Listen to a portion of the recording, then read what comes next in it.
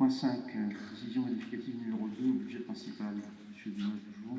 Bien, donc la commission finance, réunie le 17 novembre, a examiné la décision modificative qui vous est présentée. Bon, je vais la lire ligne par ligne, il n'y a pas tant que ça de lignes. Je vais donner quelques éléments d'explication sur chacune des lignes. En fonctionnement, en dépenses, donc on a le point qu'on a voté en conseil municipal, celui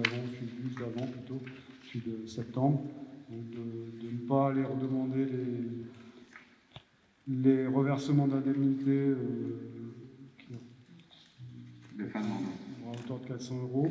On a une augmentation du titre annulé sur exercice antérieur, de 400 €, qui nous augmente nos charges exceptionnelles de 800 €.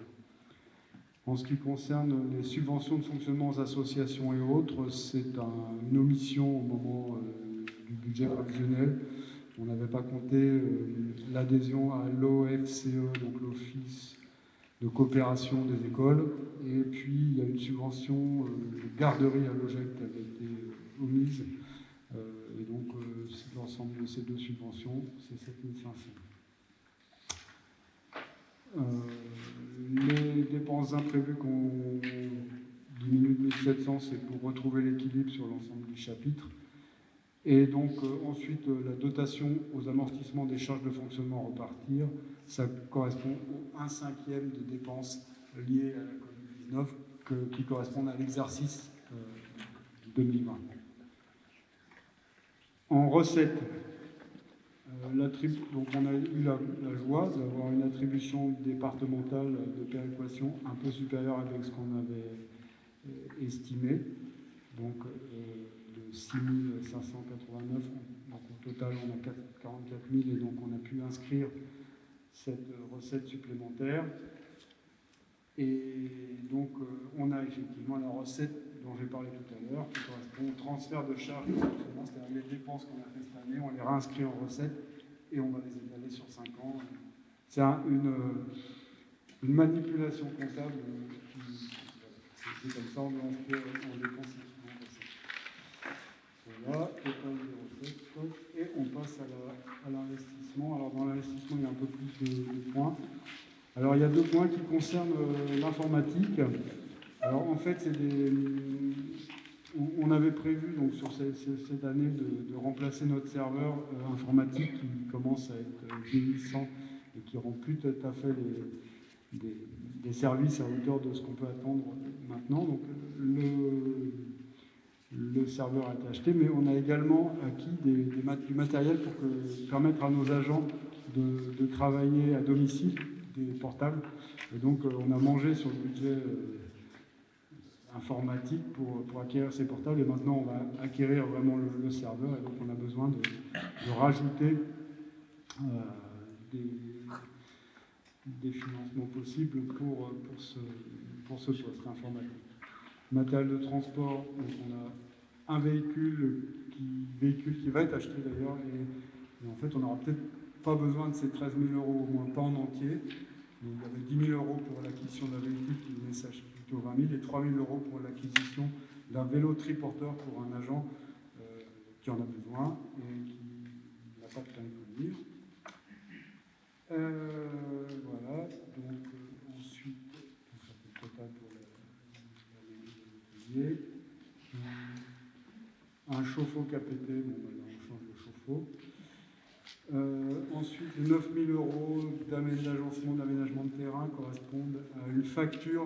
Alors là on peut encore dire que la période de confinement n'a pas été bonne pour les prévisions, c'est une facture qui arrive en 2019, et on n'avait pas payé en 2019, on ne l'avait pas compté dans le budget 2020, et donc il faut quand même la payer, donc on rajoute ces 9 000 €. On prévoit, donc maintenant qu'on a eu les résultats des expertises de toiture, donc un montant financier, une provision pour pouvoir entamer au plus tôt les travaux de réfection de la salle omnisport numéro 2, dont je le rappelle, la toiture a été tombée. Le faux plafond, pas la clôture, pardon. Ensuite, bon, les 86 000 euros, là, c'est ce qui permet d'équilibrer le budget, hein, c'est juste l'écriture, on va prendre les budgets complémentaires dans ce qu'on avait prévu en dépenses imprévues. Ensuite, en ce qui concerne l'amélioration de la salle de tennis, c'est juste une erreur de ligne. En fait, on avait mis l'éclairage de la salle de tennis dans l'église et malheureusement, on ne peut pas jouer au tennis dans l'église. Donc, on a décidé de rétablir l'équilibre et de remettre l'éclairage de la salle de tennis dans la salle de tennis. Ensuite, alors, ces 250 000 euros que vous avez ici, en dépenses, vous les retrouverez un peu plus bas en recettes. C'est qu'on a eu la notification d'une subvention du département, hein, des fonds de soutien, voilà. Et donc, comme on a reçu la notification, donc on avait inscrit 200 000 et on a reçu une notification pour 450 000, on doit inscrire en recettes et en dépenses cette notification pour avoir notre budget juste. Les 11 000 d'éclairage, c'est pareil que l'autre. Et alors là, la dernière, c'est 73 000 euros. Donc ça correspond à un compte qui n'est pas la commune, mais qui est la trésorerie, qui était déficitaire depuis 2006 lors de la modification. Là, c'est très technique et j'avoue que moi-même, j'ai un peu de mal. La modification du calcul des rattachements des intérêts courus non échus, ICNE. Et donc, depuis 2006, on avait un compte déficitaire au Trésor de cette somme, et il est nécessaire, le trésorier nous a demandé de rétablir. Donc, on inscrit ces 73 000 euros en dépenses et en recettes au titre du solde d'exécution de la section d'investissement reportée. Et le trésorier sera content, et personnellement, moi, je ne sais pas à quoi ça correspond. Voilà. Et donc, au final, nos budgets, donc le budget d'investissement est réévalué de 36 000 euros et le budget de fonctionnement de 35 998,66 euros. Voilà, je pense que le reste correspond à ce que je viens d'expliquer. Et si vous avez des questions. Merci de cette présentation détaillée. Monsieur Marvaux.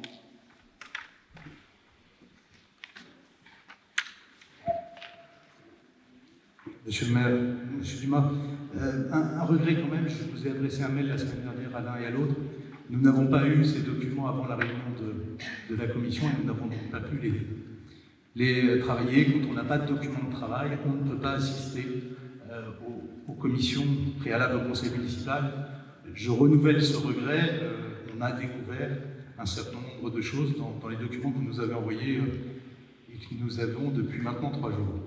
Alors, d'abord, M. Dumas, ce que vous venez de dire est stupéfiant. Vous nous passez une subvention totale, enfin une délibération, pardon, pour une écriture comptable de 29 000 euros et vous nous dites que 73 700 euros, vous ne savez pas à quoi ça correspond. Alors, c'est une opération qui est purement comptable, qui correspond à équilibrer des comptes à la trésorerie et des comptes à la mairie. Moi, je ne suis pas comptable. Je m'occupe des finances. Non, mais vous êtes l'adjoint aux finances. Oui, tout à fait, mais je ne suis pas comptable.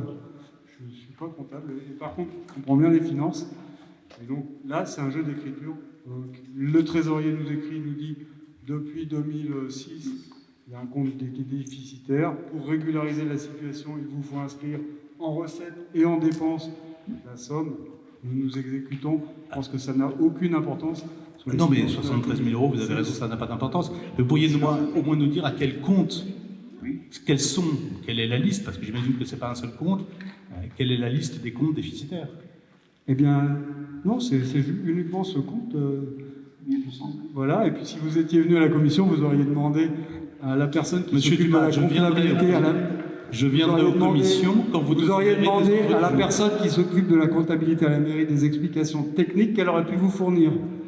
Monsieur Dumas, je viendrai assister aux commissions lorsque vous nous enverrez les documents de travail, ce qui nous permettrait de préparer ces commissions. Vous refusez à nous les envoyer, dont acte.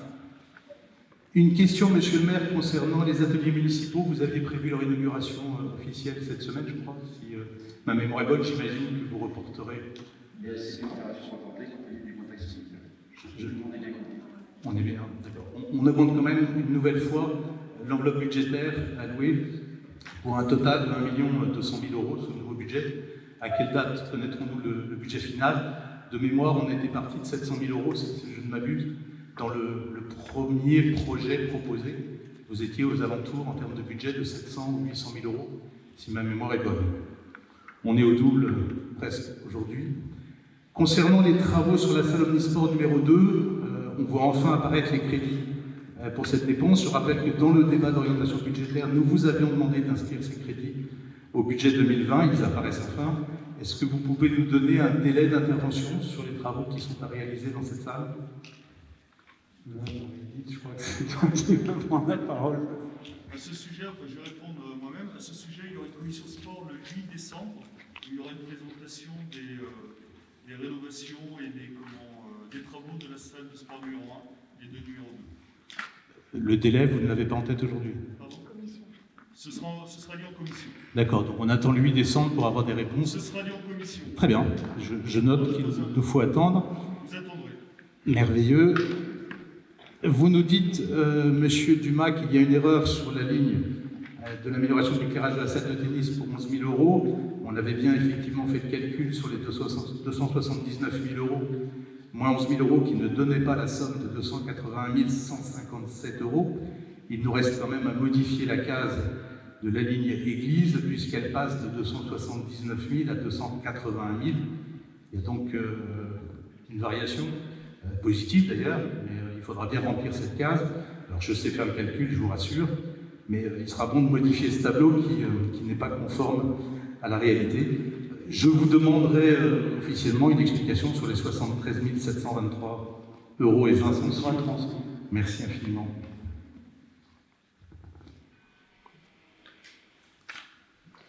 Il y a d'autres questions?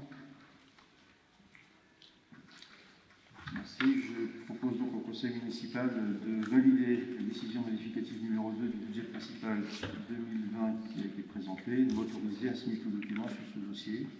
Qui ne prend pas part à ce vote? Qui est contre cette modification? Qui s'abstient sur cette modification? 5.